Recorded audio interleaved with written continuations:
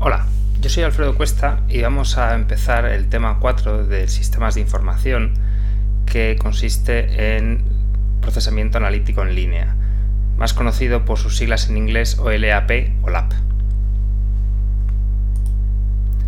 Vamos a empezar esta unidad con una motivación de por qué nos interesa el procesamiento analítico en línea,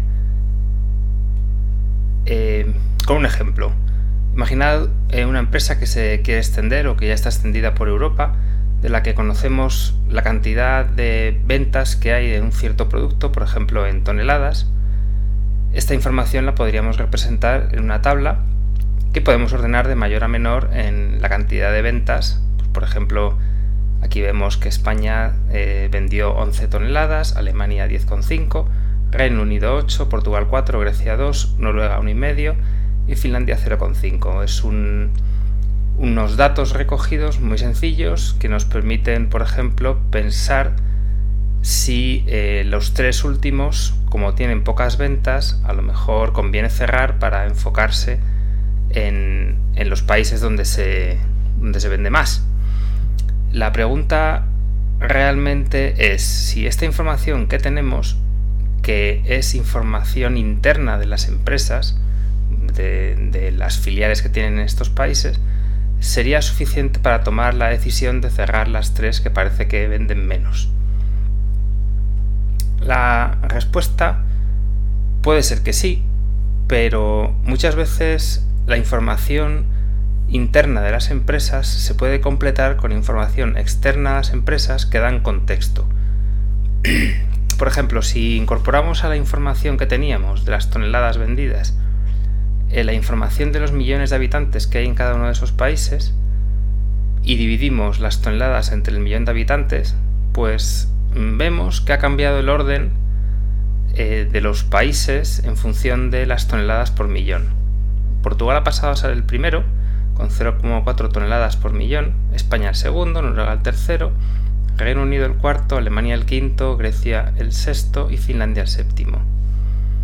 Antes, los tres peores eran Grecia, Noruega y Finlandia. Ahora, los tres peores son Alemania, Grecia y Finlandia. Alemania, en concreto, era el segundo mejor. Ahora pasaba a ser el tercer peor.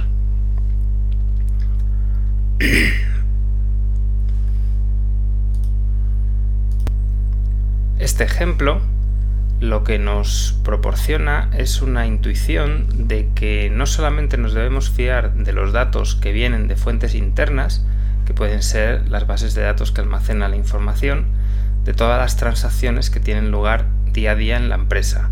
Por ejemplo, compras y ventas, pues nos darían información sobre la fecha de la compra o venta, la cantidad comprada o vendida, qué productos ha comprado o se ha vendido, a qué precio, a qué cliente.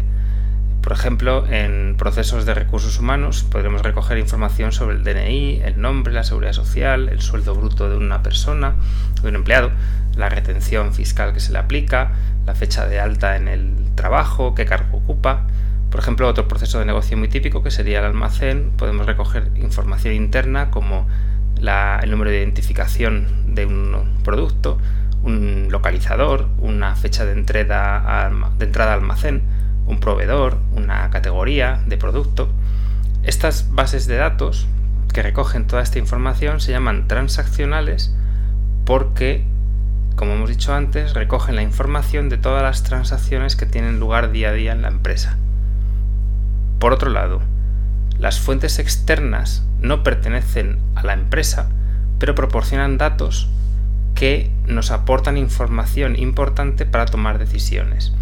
No tiene sentido que una empresa almacene datos que no les sirven para el día a día, pero sí es importante tenerlos en cuenta para tomar decisiones, como hemos dicho. Por ejemplo, ¿es relevante para la base de datos de un proceso de negocio de compra-venta la población del país? Pues probablemente no.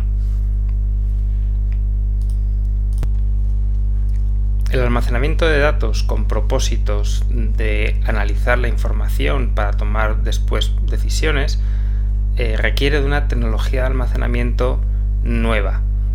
En primer lugar, los datos hemos visto que pueden estar en fuentes internas habitualmente y que se pueden completar con fuentes externas. Me refiero refiero a internas y externas a la organización. Ambas fuentes se deben, en primer lugar, extraer datos de ellas. Después se tienen que transformar y después cargar. Ese proceso se llama ETL en general y dedicaremos el tema siguiente a verlo más en detalle. El resultado es información que se almacena en lo que se denomina un almacén de datos o repositorio, que va a ser el interés de este tema.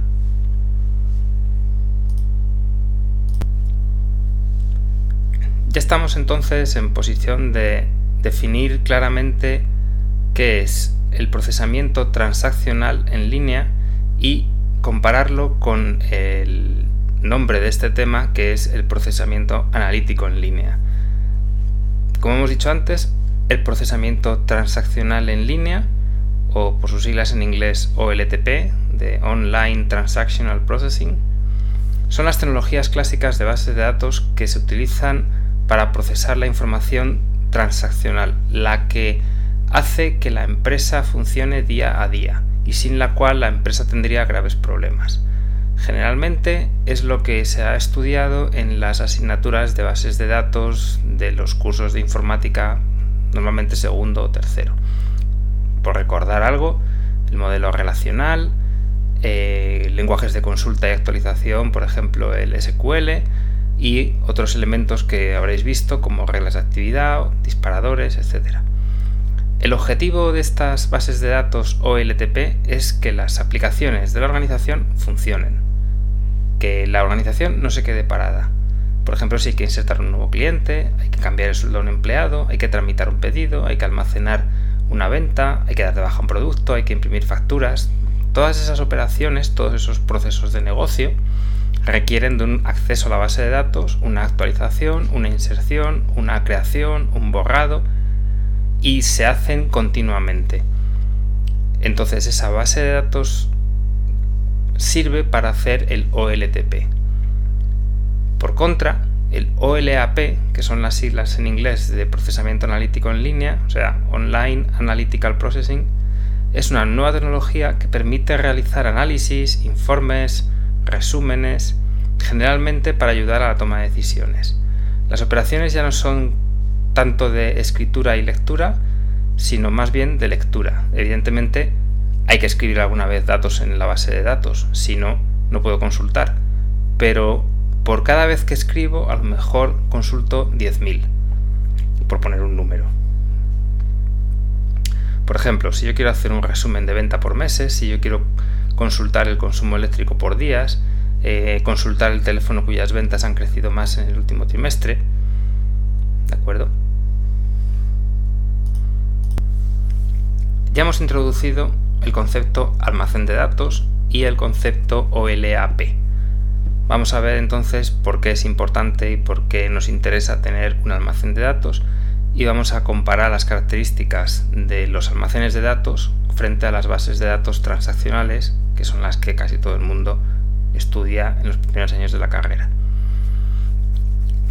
Imaginaos que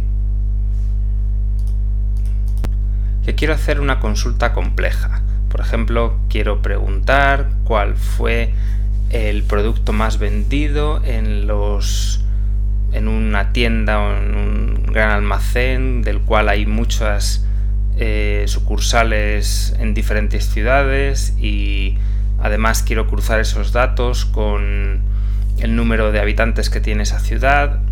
En fin, una consulta compleja. En una base de datos transaccional habitual, eso se realiza con muchos selects y generalmente ocupa la base de datos durante mucho tiempo. Si yo hago esa consulta sobre una base de datos transaccional, la base de datos deja de dar servicio a todas las aplicaciones que requieren de ella para funcionar, para responder mi consulta. Como es una consulta muy costosa para la base de datos, lo que estoy haciendo es que el OLTP deja de ser OL. Recordad que OL es online y TP es procesamiento transaccional. Bueno, pues resulta que la base de datos que está encargada de ese procesamiento transaccional deja de ser online, deja de ser rápida y se queda trabajando en las consultas que yo le hago. Ese tipo de consultas se denomina en inglés consultas asesinas porque consumen muchos recursos del sistema.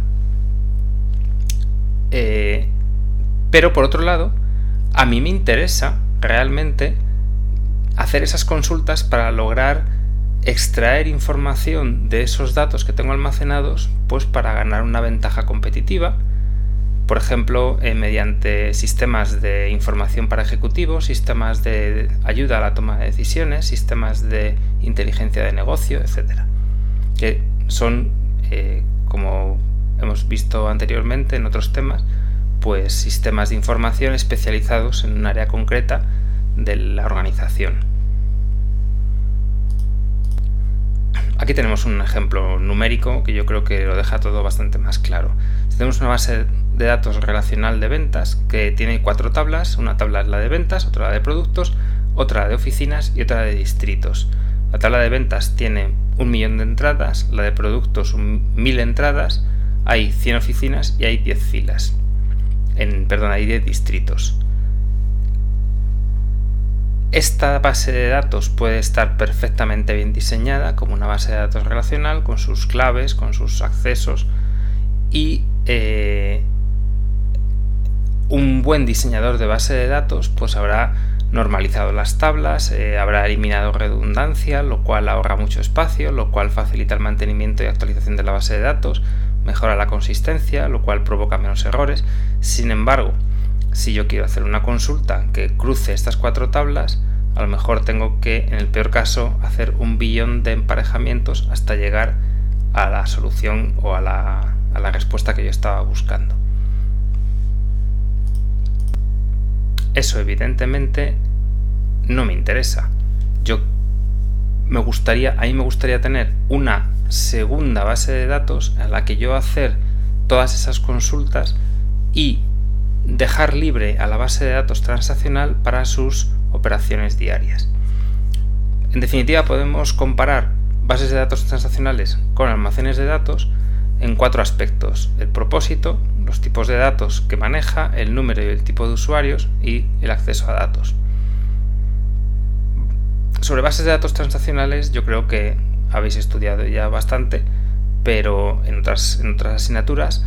Pero bueno, por resumir brevemente, el propósito de una base de datos transaccional, como ya hemos dicho, es hacer el OLTP, es mantener las operaciones diarias y dar soporte a estas aplicaciones.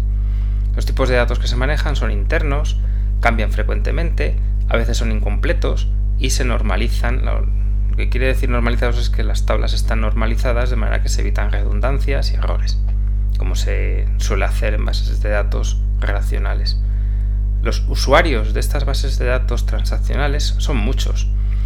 Pueden ser cualquier empleado de la organización, operarios, aplicaciones que consultan. El orden de magnitud puede ser de cientos a miles, depende del tamaño de la organización, de la empresa o donde se esté aplicando esta base de datos transaccional. Y el acceso a los datos es generalmente mediante SQL. Es acceso a datos para lectura, pero también para escritura. Por otro lado, el almacén de datos tiene como propósito hacer el procesamiento analítico en línea. Eso significa que queremos recuperar información, hacer informes, análisis, minería de datos. ¿Qué tipos de datos vamos a utilizar? Pues históricos, es decir, toda la historia pasada de la empresa se almacena, tanto si es de la empresa propia, es decir, datos internos, como si son datos externos de la empresa, pero que, como hemos dicho, dan contexto. Pueden ser descriptivos. El modelo de datos se denomina de estrella o de copo de nieve, como veremos un poco más adelante.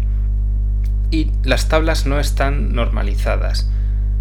Cuando se utiliza un modelo multidimensional, que también veremos en breve, pues se dice que los datos son multidimensionales. No todos los usuarios de un sistema de almacén de datos son usuarios de un sistema de bases de datos transaccionales. Generalmente el almacén de datos lo utilizan los directivos, los ejecutivos o los analistas, porque son los que tienen que tomar decisiones. Y por supuesto que se puede utilizar SQL, pero hay también lenguajes propios para diferentes bases de datos nuevas que han aparecido no SQL. En definitiva, un almacén de datos es un volcado de diferentes fuentes internas, generalmente provenientes de bases de datos transaccionales, junto con datos de fuentes externas. Ese volcado se realiza en una nueva base de datos diseñada específicamente para hacer el procesamiento analítico en línea, el OLAP. Por tanto, disponer de un almacén de datos facilita el procesamiento analítico en línea y no estorba el procesamiento transaccional en línea, de manera que podemos realizar ambos al mismo tiempo. De alguna manera, lo que estamos diciendo es que como el OLTP me da servicio minuto a minuto y segundo a segundo a las aplicaciones de la organización, necesito una base de datos gemela a la que hacer las consultas complicadas y costosas para tomar decisiones. Evidentemente, esa base de datos gemela, que además es más grande porque se enriquece con datos externos, es una duplicidad de recursos, pero bueno, pues estamos ya en el siglo XXI, la capacidad de almacenamiento se ha multiplicado, se ha abaratado y eso es lo que permite que esta tecnología se pueda llevar a cabo.